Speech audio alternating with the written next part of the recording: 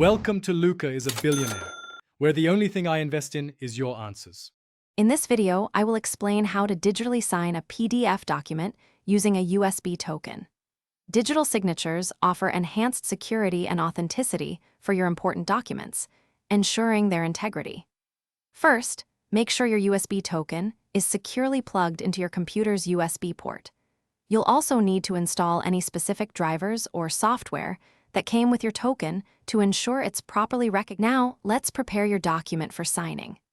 Begin by opening the PDF file you intend to sign with a suitable PDF reader, such as Adobe Acrobat Reader or a similar application. Once open, navigate to the digital signature feature, often found under a Tools or Protect menu.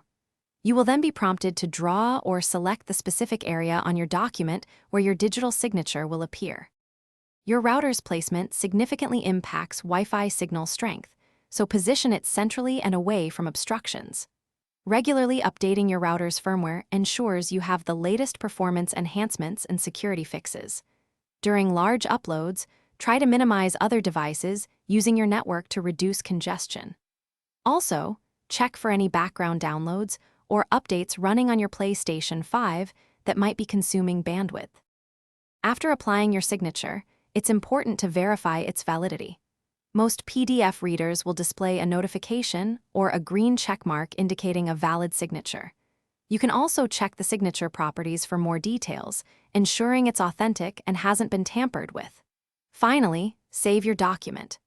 This step is crucial to ensure all changes, including your new digital signature, are permanently stored within the PDF file.